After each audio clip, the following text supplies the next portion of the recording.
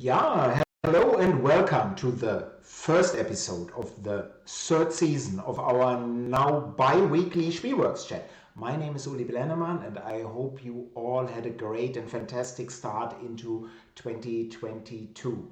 And I'm having not one but two guests today, the wonderful Martina and the equally wonderful Björn. So, welcome Martina, welcome Björn, how are you? Hi, I'm fine. Thank you to be invited. Hi. Yeah, I'm fine too. A little ill, but Yes, yes. at this time. Yeah, it's winter time, and we know we all have this danger of COVID, but there are other illnesses that we are catching. And we are already have some people in the chat. There is Daniel the Brute from Brooklyn, and he's saying, I made it on time. Yeah, just for today. So I will make a note. Daniel is on time. And there is Chris in the UK. Hello, Chris. Great seeing you. There is Asteriella. Hi, Asteriella. Good seeing you. And there's Peter Einzelspiel. And he's welcoming you as well, Martina and Björn. So Peter, of course, is doing great stuff for solitaire games. And he's also working on the solo variant, or not solo variant, on the solo version of Oranienburger Kanal by Uwe Rosenberg. But let's get back into this. And there's Nick. Hi, Nick. Nick Case, author of Pilgrim. And I just posted a couple of minutes ago something on Pilgrim at Twitter and YouTube. And by the way, if you have questions and comments, please put them in the chat window, and Martina and Björn, they may even respond. But before we start, let's get to some quick Spielworxx news. So for German language viewers, Oath by Cole Worley and Leader Games is available for pre-order from my website till January 16.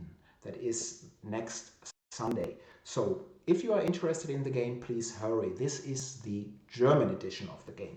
And the Smoky Valley by Claude Sirois will start shipping to pre-order customers most probably late this week. So we are almost there.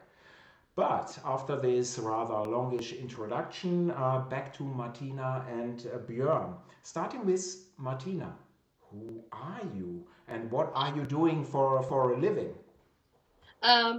Yes, my name is Martina Fuchs. I'm about a little more than 40 years, and I'm working in a school. I'm not working as a teacher. I'm working with kids, and I'm playing a lot at school with the kids' board games. And yes, this is the thing I do. Mm-hmm. And Björn, what are you doing? Who are you, Björn? I'm a part-time nerd, part-time teacher, and I play a lot, and I work as a teacher in a school for children.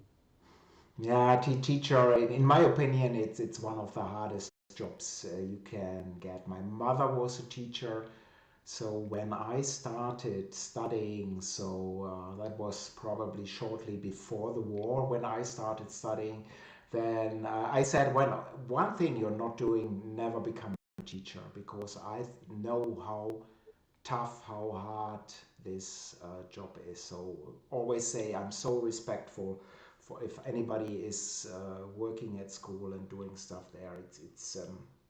It's wonderful. And we are having Golin's Sohn in the chat. Hey, hey. Yeah, and Hans is there. Hello, everybody. And that 2022 will be a good board game year and a more normal one than 2021. You're so right, Hans. I agree. But how did you start gaming? Let's start with Björn here. I was gaming all the time, and maybe I was 9 years old, 10, when I want to have a game called Shogun. Mm-hmm. And my parents gave me a Shogun from Ravensburger. Mm-hmm. And I said, I want the Game Master series Shogun from the MB Game Master series. And from this time on, I said to me, okay, I will buy my games for me by myself. And Hero Quest, a little bit role-playing games at teenager times, and tabletop, like Warhammer, like War Machine Hordes, like Infinity, Magic, 1994, I think, with So Ice very Age early. Yeah, started.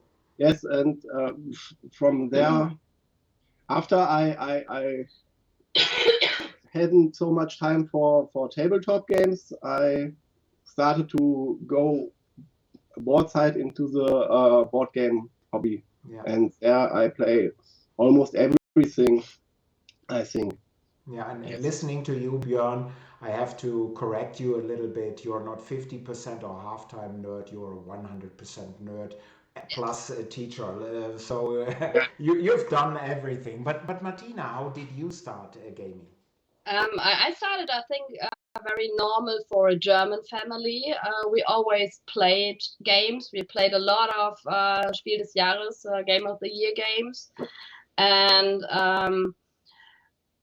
in my school time, I played a little bit of role play games, but I stopped playing when the most of the male players I know had their great time of playing. When I was studying, I stopped playing. I was doing other stuff, like party and so on. It was yes, it was more important for me than playing. The 70s was a funky time too.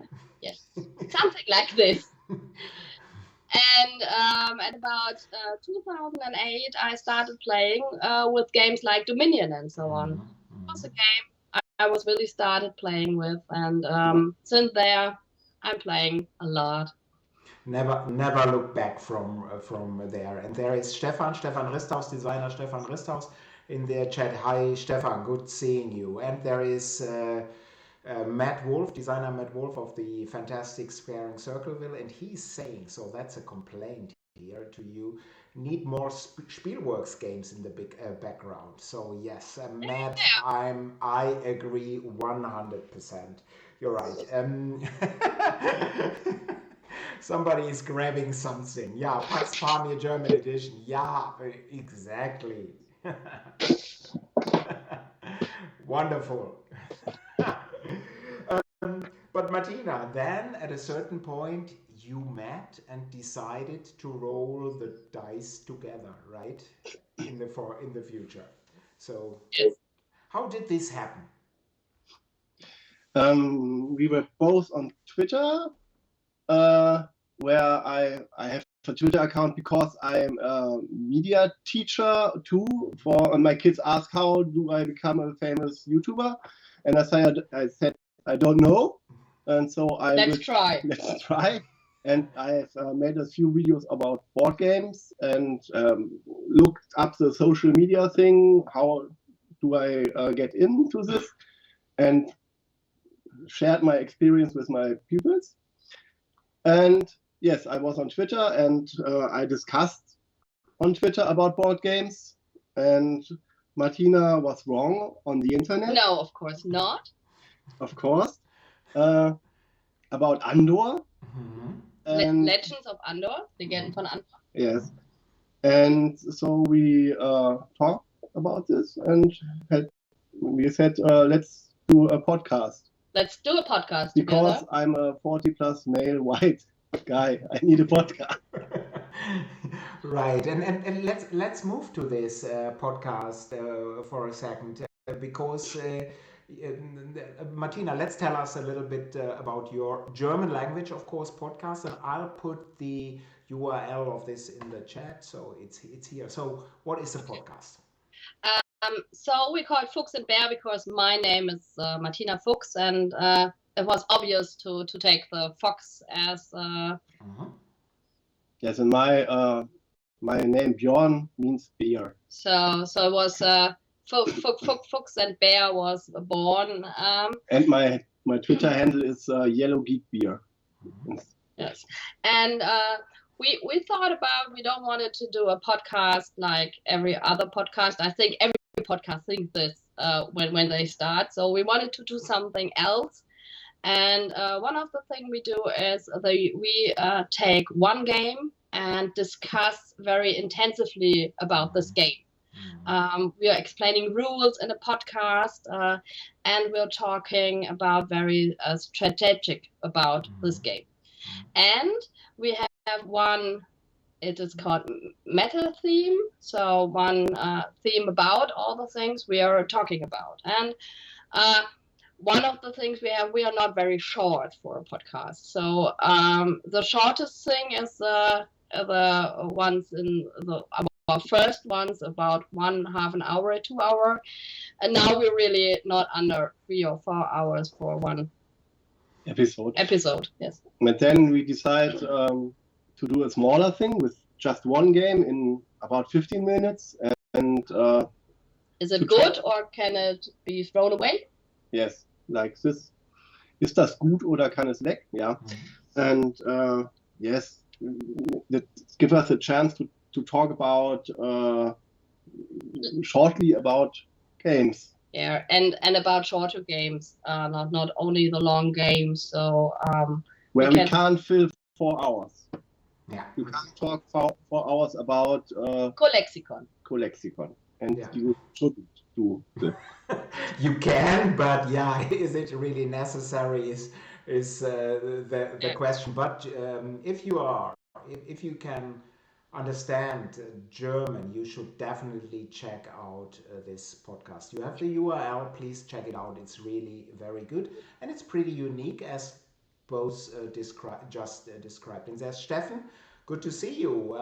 Steffen is one of my online fellow players, and we will play actually tomorrow late a game together again. So I'm looking forward to this, Steffen. But which games do you prefer, and which gaming genres do you prefer? Martina, do you want to start? Or okay. Yeah. For me, it's very important that a game has a story. I love storytelling games. So it's not only dungeon crawler or so on. It's also war games and other games where I can get into the game. So I really love it to play a story, and I love to play long games. So like Virgin Queen of 8, 10 or 13 hours. I really love to play this game. So it for me I love the long games. I love the games with story. The other thing I really love are games with dice. So for me, it's very good to have one dice in a game. So really. Yeah.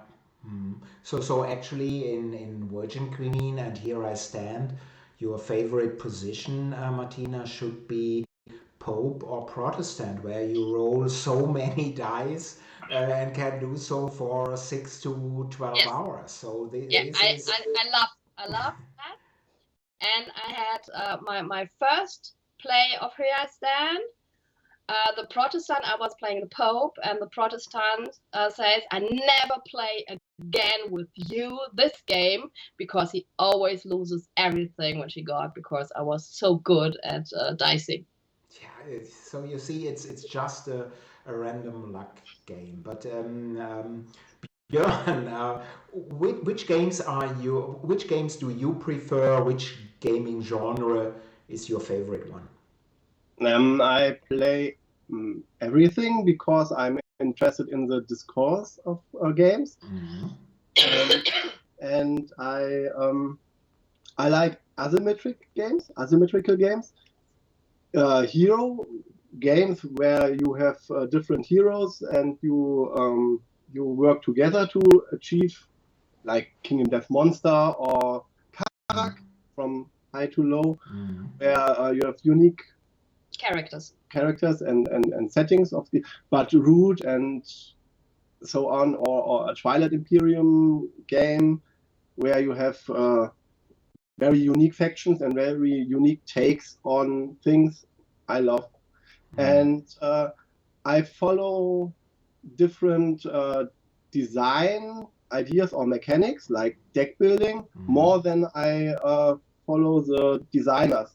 I'm interested in the take of Knizia's take on the cooperative game, but I'm also interested how the mechanic is, how deck building is used in different games different things. Yeah, it makes sense. I also find this interesting. Although I follow a couple of designers, really, whatever they are doing, I'm at least checking them out. And there is more praise for your podcast for Fuchs and Bear from Peter, because he's saying Fuchs and Bear are pretty unique because they talk about the heaviest, so Virgin Queen, and the lightest games like Diceland. So so really check this out. But this is not the only thing you're doing in the gaming world, to put it that way. Martina, you are a member of the German jury Game of the Year, Spiel des Jahres. And for people who do not know this is not like the Oscars. 1,000 people, it's not 100 people who are in the jury. It's right now it's 10. Is this 10? Yeah. So how did you become a member, Martina? Please tell us. It's really not a thing that you can work on. So I think I will do a podcast because I want to be a member of Spiel des Jahres jury. So we did our podcast, and I think they thought I am a good critic. Criticarin. What's the German word? Good reviewer, Kritikerin. Yeah. Yeah, so I'm a good reviewer because this is really important for to be in the jury, that you are a good reviewer. So you are an analytic person. Yes. I think that was a criteria.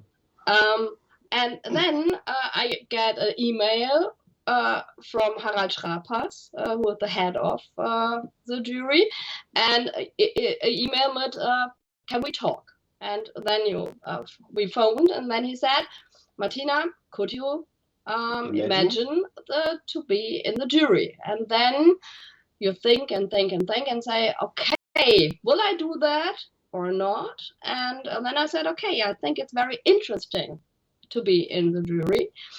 And then the whole jury have to vote for it, that you become a member, and then I really got it. So it was very interesting. It was very überraschend. Surprising for me, because how Peter said, before I was asked, we had the Elisabeth podcast out, the Virgin Queen podcast. So it was really like, okay, I've done a war game podcast, and then the Spiel des Jahres jury asked. This was very interesting. But I think because I'm playing with a lot of groups and a lot of children, and I play a lot of different games. So when you asked, I said, I love to play the long games, but of course with a lot of people, I play a lot of other games. So I think I can understand why they choose me. It's not only because I'm talking about Elisabeth. I think it's more that I'm playing with a lot of people and I'm playing a lot of games.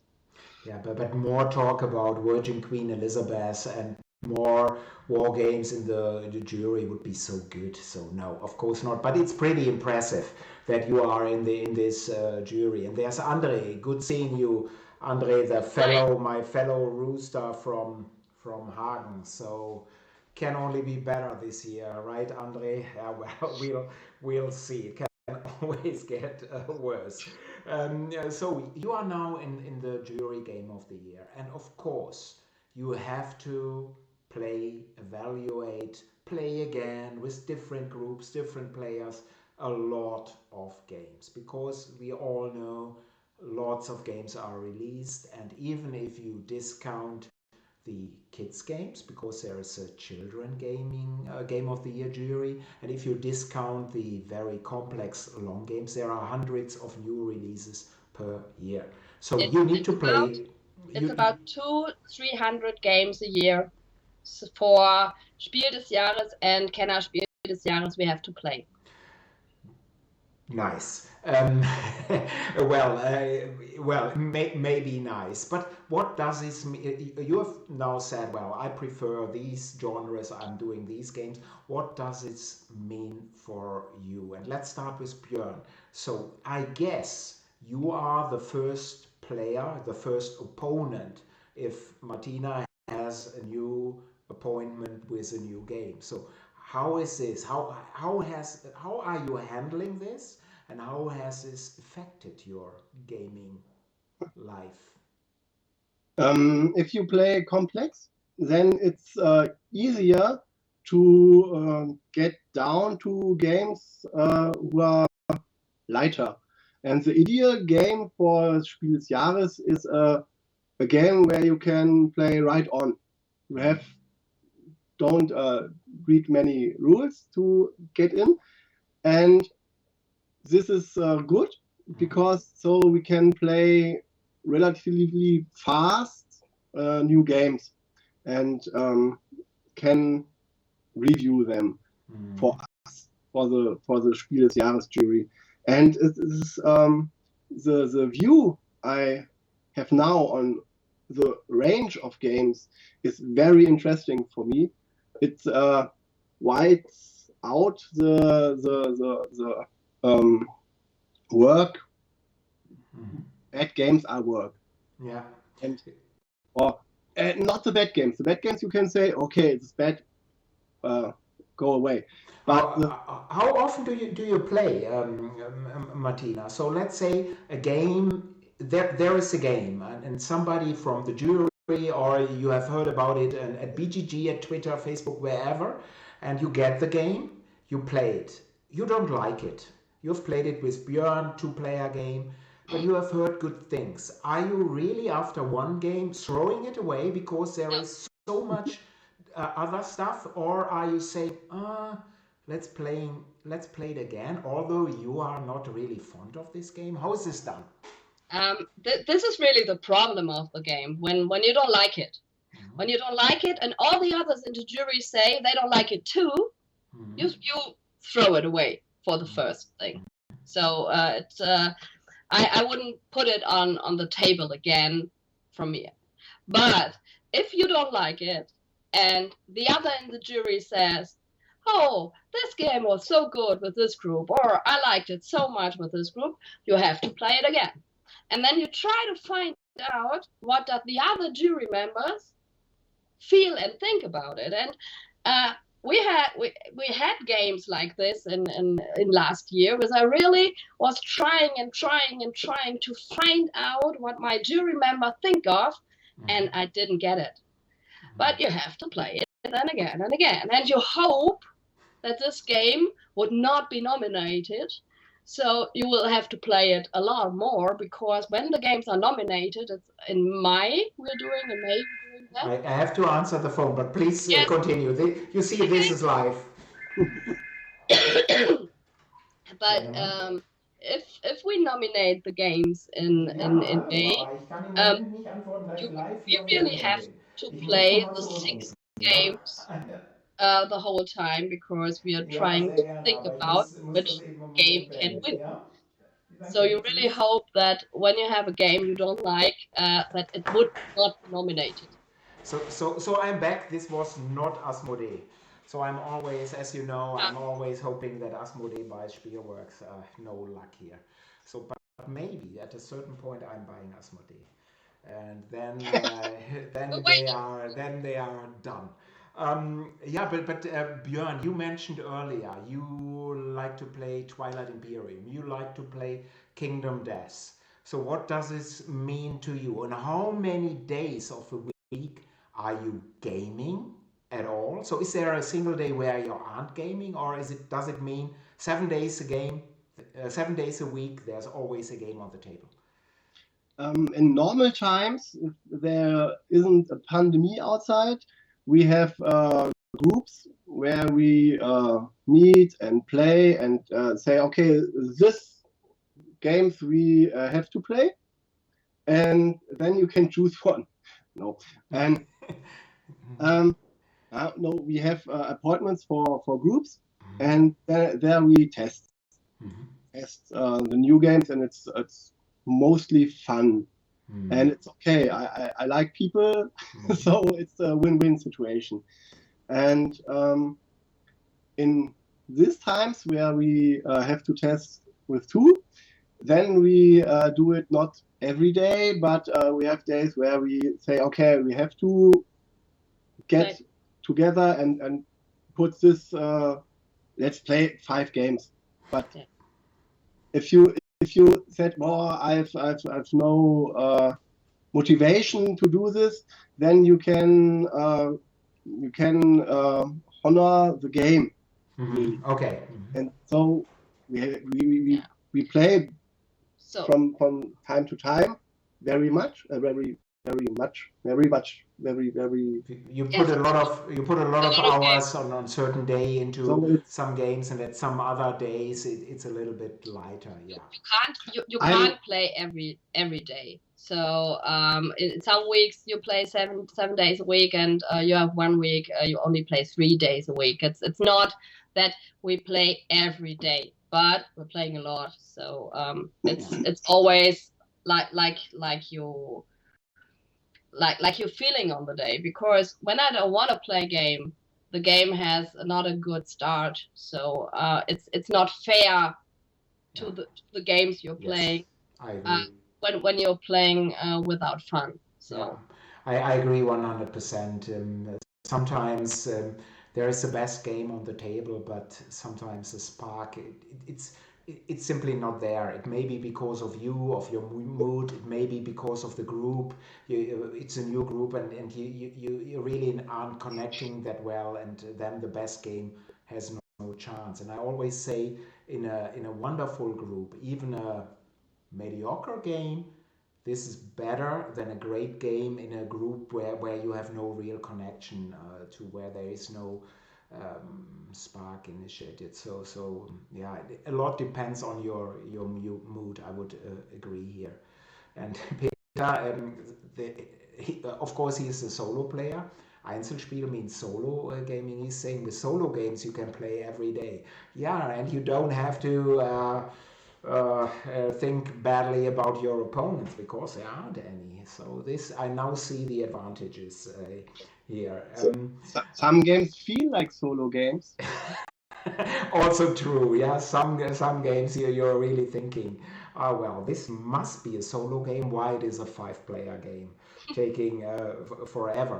But Martina, you mentioned you need to play 200 to 300 games a year, which is an enormous number, and you need to play. So is it like a pyramid? So you play a lot of them only once, and then the ones you agree on are really good, they advance to the next step, so that you play them more often, and then just a couple more than 3 times. How is this done? I think really important is that we're not playing in the jury for our own. So we have a forum in the internet.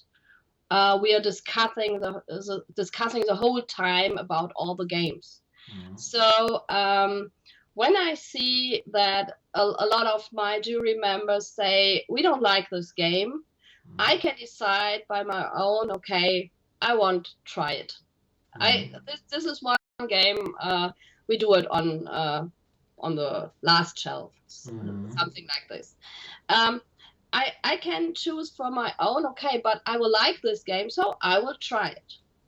But I don't have to play like every game. So this is really important. And when I have a game I really like, and I see the other jury members like this too, then I will play a game more often than a game I knew all the other jury members don't like it, because when we nominate, every game which will comes around further will have to get 6 votes. So majority vote of the 10 members. You need 6 Yes. votes, and then it advances to the next level, and you continue. Interesting. Yeah. But this is really when we meet in May, we are everyone takes his top X list with it, and it's about 15 games you have on this list for Spiel des Jahres and Kennerspiel des Jahres, and then we discuss about every game from the 10 members who is on this list. And this is the thing where they have to have 6 votes to come, like in the recall. So we're talking further about these games. And you can see all the time how the jury members think about the games. So when I see that 5 jury members don't like it, I know it won't get 6 votes. So I can decide, will I play it more often? Because I will like it. I will love that game. And I will speak for the game. Because this is the other thing. When we really like games, we speak for them. We try to get the other jury members to like it too. To force them to play it with other people, play it in another time, try this because I love it in this situation. And so we try to get the other jury members to like it too. So you always have to think about work balance and how important is the game for me. So I have games here which I really have played 1 time. I have games here which I played 9 times, also not one. And I have games which I played 10, 15, 20 times or more. But we always check about the releases of games. For the year, the criteria are, it has to be German and it has to be available. And there you some Verlage, some publishers, publishers sent us games, and some Martina asked for it, and so we get a lot of information about the market, about the year, about the gaming year, and we I look at other reviewers, what they see, and we have jury members who are very good in this whole market scan. Scouting and scouting. So in these times we have very many games on the radar. So I think we got them all, even from the small publishers. Which is also impressive, but this is a must. This is scouting. You don't wanna miss on some games. So I can totally understand. And here in the chat, Andre is saying for the phone call, it's Pro7 asking to sign a Spielworxx, a late night show. So Pro7 is here a German TV channel, and I don't think they ever want to have Spielworxx because they are depending on advertising revenue, and as soon as I start, this route is closed. And Golin's son said Björn should smile a little bit more, but he already did. I saw this, so I'm smiling all the time in my heart. You see, wonderfully put. And Andre is saying one thing, getting back to Pro7 here, Chardonnay commercials. He is on there. There could be, it has to be Chardonnay bottles and brands for less than €2, and I would be the right person. And Andre, because you mentioned this, Andre and I are huge fans of the 1.99 bottle. And yesterday in an Edeka, I can simply mention this here, I found a bottle that was 1.79. I had already yesterday a glass, and I must say 1.79 is too much even for that. So that was quite an experience. But this is the famous Chardonnay gaming mafia. Getting back to the gaming year. First, Martina, you told me in advance that you will mention what will be the likely candidates for Game of the Year and Kennerspiel des Jahres for this year. So I want to hear some names. So who is winning this year? I think Monopoly is a very good candidate, and Uno. Okay. This is a very new thing. Yes. So no secrets. I see this. So, but what are your hopes? Really, Uli? Yeah. know it at this time. I really don't know it. I'm sorry. I can't tell you. I don't know it because we have to wait till 31 of March. And this is the deadline for the new games coming in. And after that, I can really see what it could. Yeah, I know. So too bad. I had already a checklist here, but what can you do? But what are your hopes, Björn, for the gaming year 2022? Do you have some hopes? That my favorite Kennerspiel, I would prefer, has to win, of course. And I want to game more. I want to game more longer with more groups.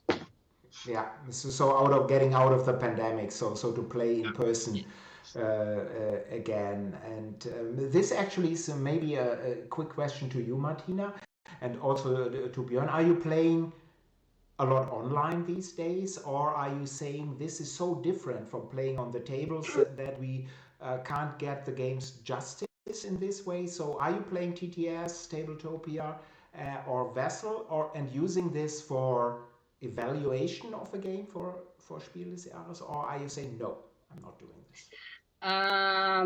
We in this year we are very happy that we could play a lot at the table. So we just started now for about 4 weeks not to meet with all the groups. So but we have had the chance to play a lot on the table because I think the group the group thinking of the game is much easier to see when you play it on the table. I play a little bit on Board Game Arena. I'm not playing at TTS.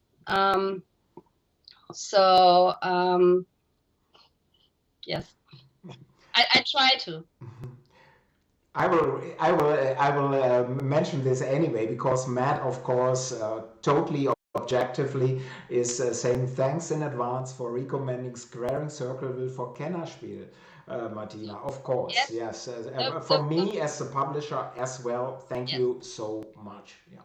The problem of the games from Uli is that they're not in the normal. You can find them not in the normal shop. So one of the things you have to get a chance to be Kennerspiel des Jahres or Spiel des Jahres is that your games have to be available at Müller's.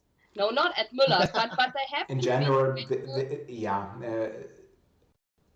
I won't get into this rule because, and this has nothing to do with Spielworxx because I don't like it, but this shouldn't be the topic for today, but the games to be getting Game of the Year, winning Game of the Year, or are on the recommended list have to be in general distribution in a German language edition. And this was pretty, for some people, really surprising, and especially for non-Germans, because what is the German title? Fantastische Reiche?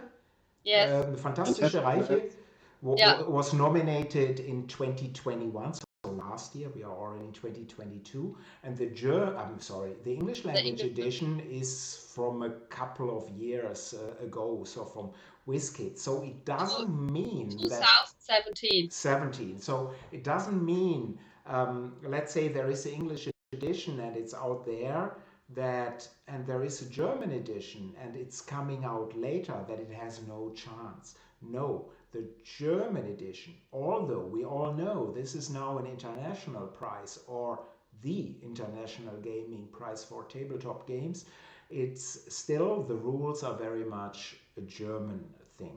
So yes. Yes, but imagine if you have to watch 200, 300 German games every year, and then the American games, and then you have to do the Korean games and the Japanese games. And you have to learn Japanese to. Yeah, but if finally you do something, you slackers. So I can't I no. can't speak English properly because I'm not an English teacher, I have to say.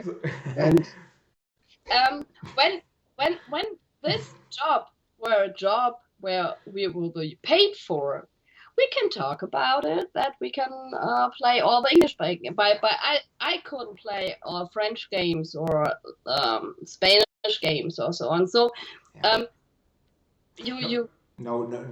This makes sense. This makes sense. I'm not talking about the distribution part, but I'm of course agreeing that it's already a very very impressive number. And I have to admit, if I'd be asked, Uli, do you want to become a jury member? I'd say no. This is for me. This is simply too much work, normal games.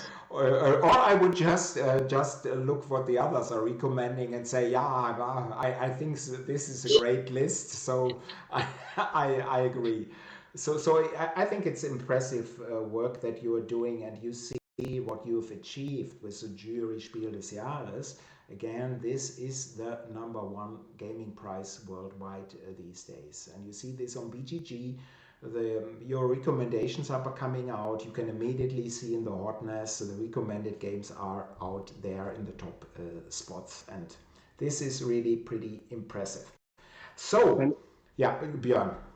I have to say there are other prizes from France, I think, or from Netherlands, where the jury members are in the industry, and this is not a good thing if you have to promote your own. Yeah, There's yeah. Geschmäckle. Yeah, there are. We can talk about the prizes for 5 hours, or the awards, how they are handled.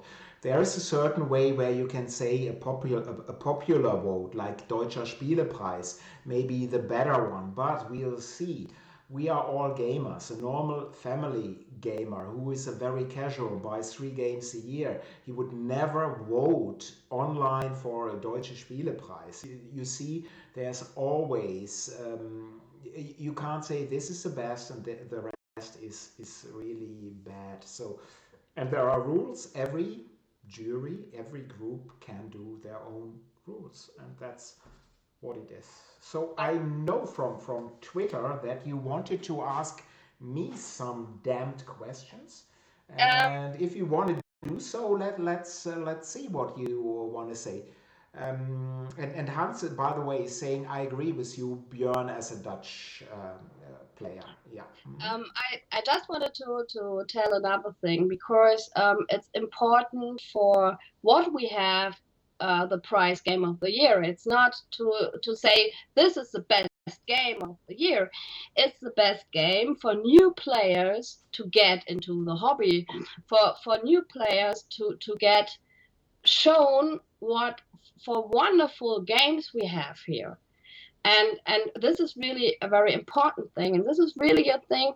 I'm playing a lot of school, and you see, when the kids start playing with me, I have a huge shelf with a lot of games.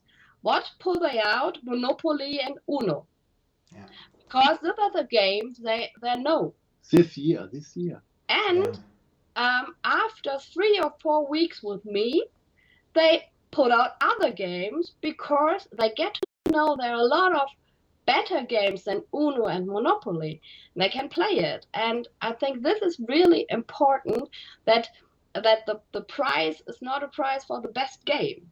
Yeah. It's a prize to get people in the hobby, to get people playing board games. Yeah.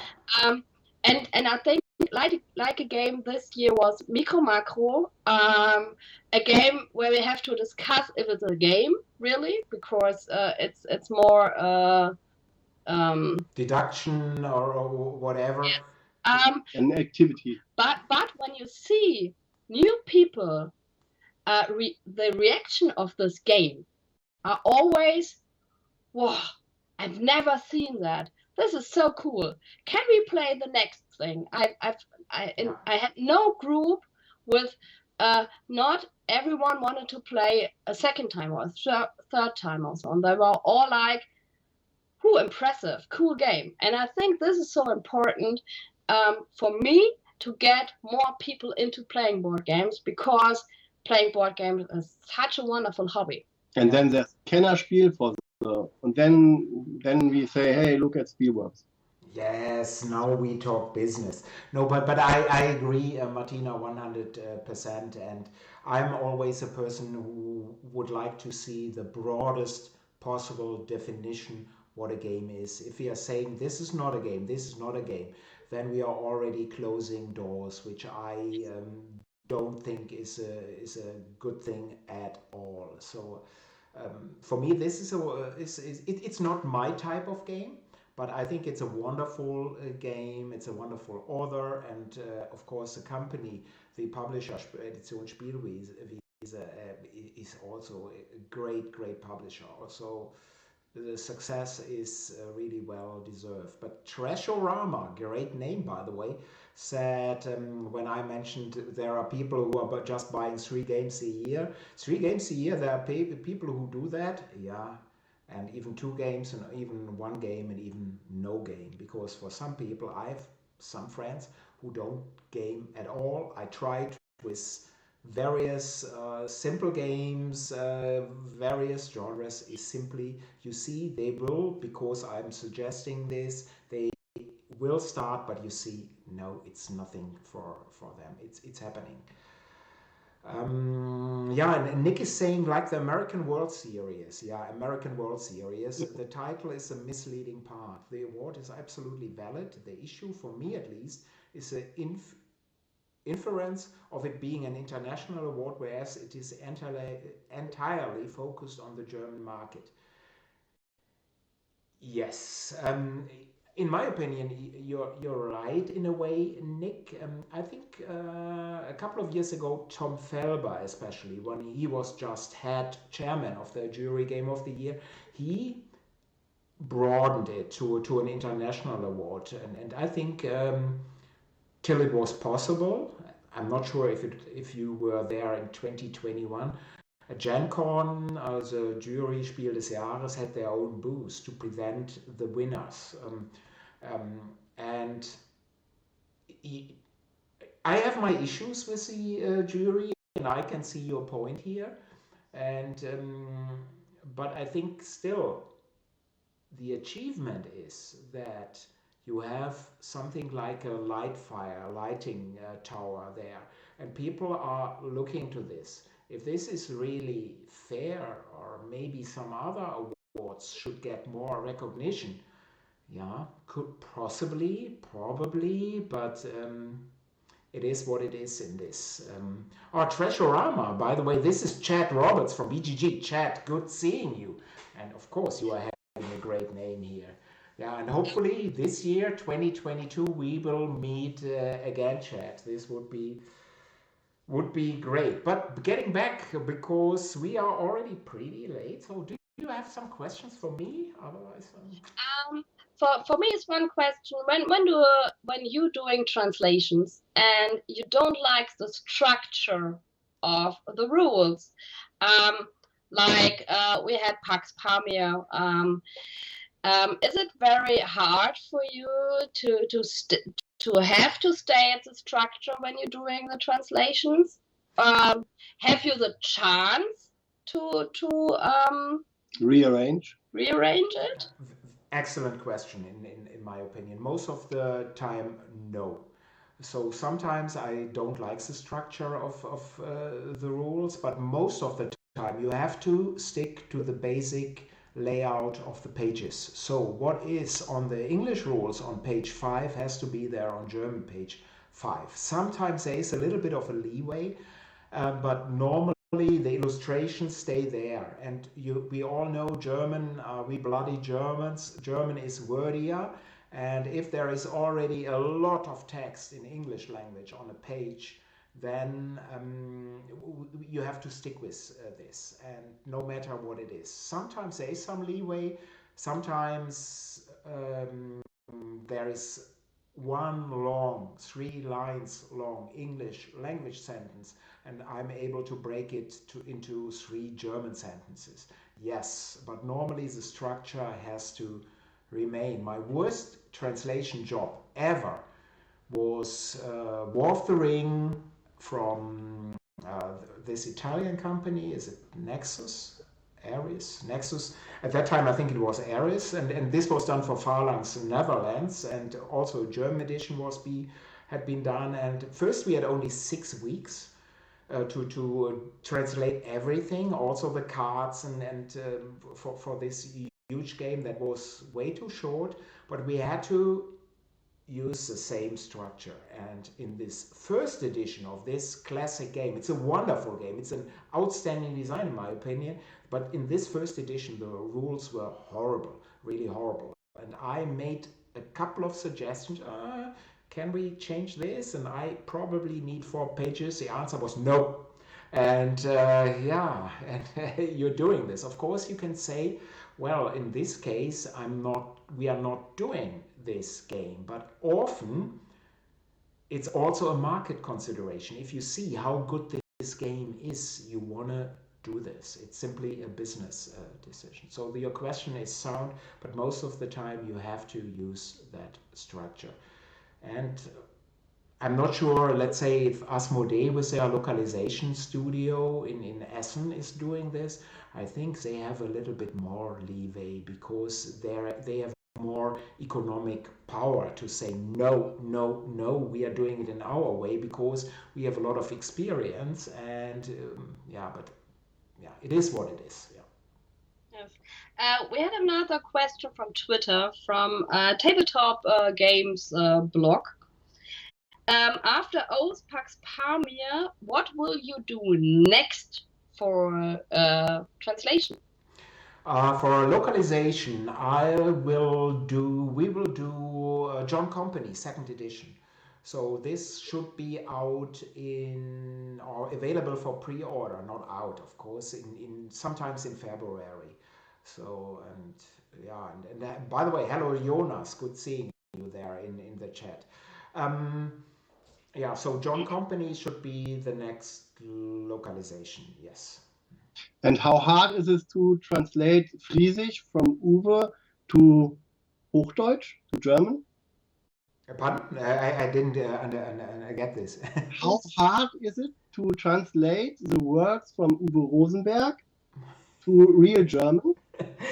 Well, Uwe is a master in a technical craft. Sometimes, yes, but you have to see. I'm not at Spielworxx. At Spielworxx, I'm not most of the time. I'm not doing the first translation. It's mainly done by Henning these days, and then he has to get most of the praise, but also he has to bear most of the pain. And so for me, it's a little bit easier. And speaking of Jonas here, for Oath, which we are in the process of localizing right now, we are almost done. It was not only Henning, it was not only me, but we had 3 very good and experienced people, Jonas, Sasha, and Florian, who did a tremendous job here because they are also experienced Oath players, and I think this is necessary. And Oath is a very narrative game, so that you want to have on the cards, on your player board, some flavor. Although if you look at the rules booklet, the law of Oath, you know how hard this is, because this is a plain technical document, nothing else. There's no flavor, there's nothing there. It's text, and yeah. Is there flavor text on the cards besides the artwork on Oath? No. In my opinion, now while we're talking about Oath, another very good question is, how do you get flavor into a game? Some people are thinking that putting 2 lines of flavor text on a card makes a lot of flavor. First, in my opinion, 50% of players never read flavor text. So, done. And what does 2 lines of text mean on a single card? Do they really draw you into the story? In my opinion, not. It's the people on the table who tell the story in comparison or in connected, combined with the game. And here O's shines. And it's not only a Cole Worley game, it's also a Kyle Ferrin game. The artwork on the cards, and on everything on the board is very important, and the titles are very good. And we hope that the German translation of the title of the card titles also adds something to the game. And we will know in a couple of months if we succeeded. But it's not easy. But the narrative strength of the game is not in some flavor text, because as you said, Björn, there is none. It's really what we make out of it. We see, well, you were chancellor. No, next time I will make sure that it's your last time over there. And all this has to be, in my opinion, in conjunction there.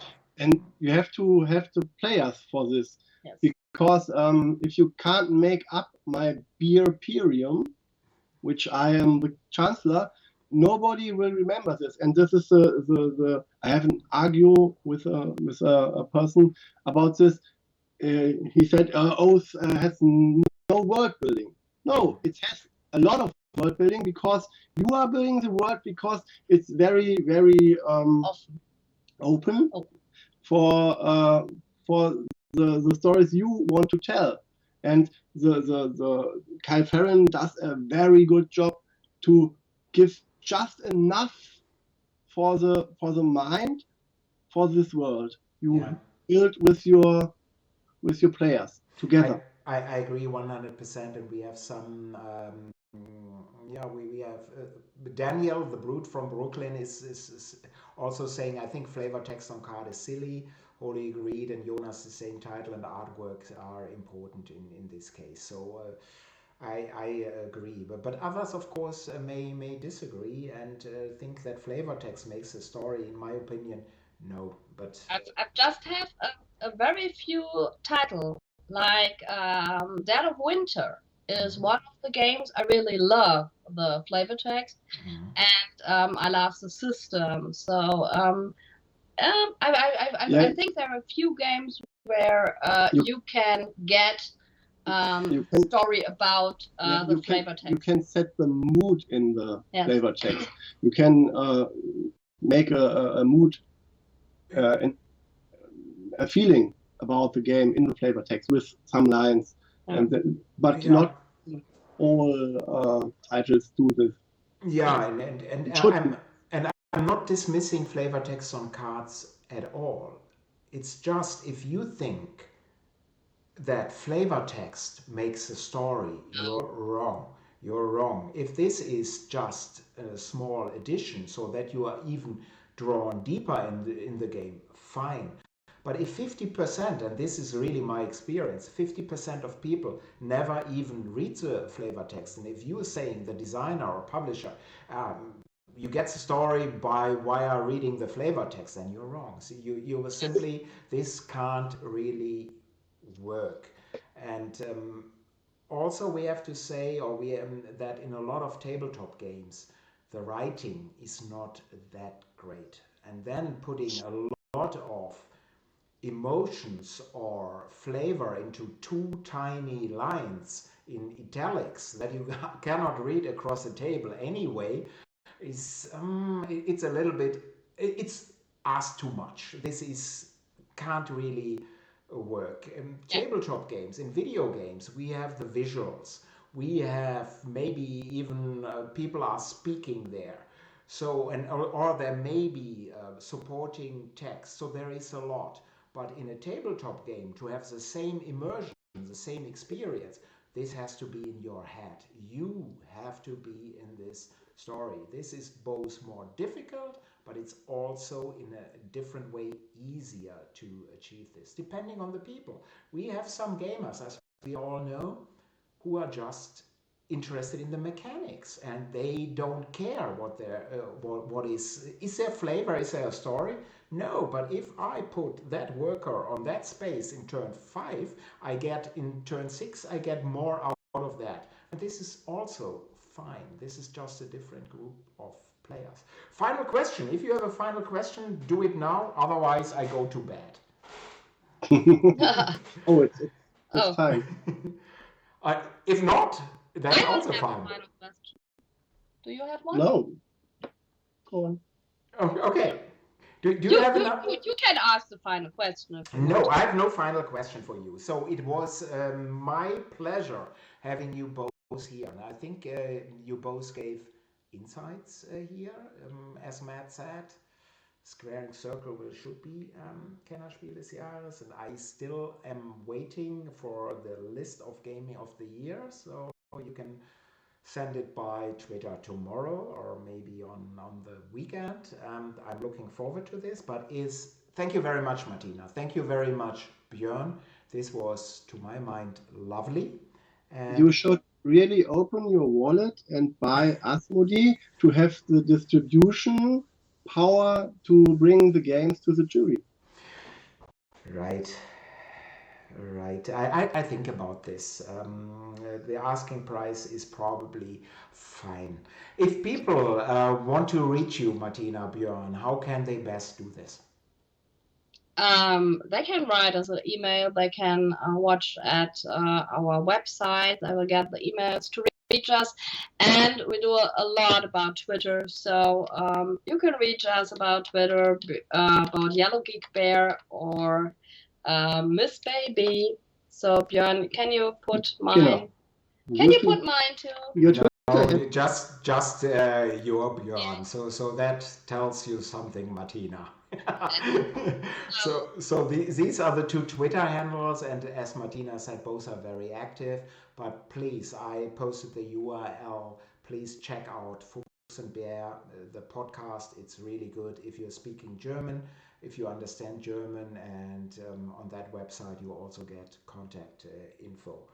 And the next. If you want to send us games or so on, we have to play. So here, Squaring Circle. It isn't here, so. I'm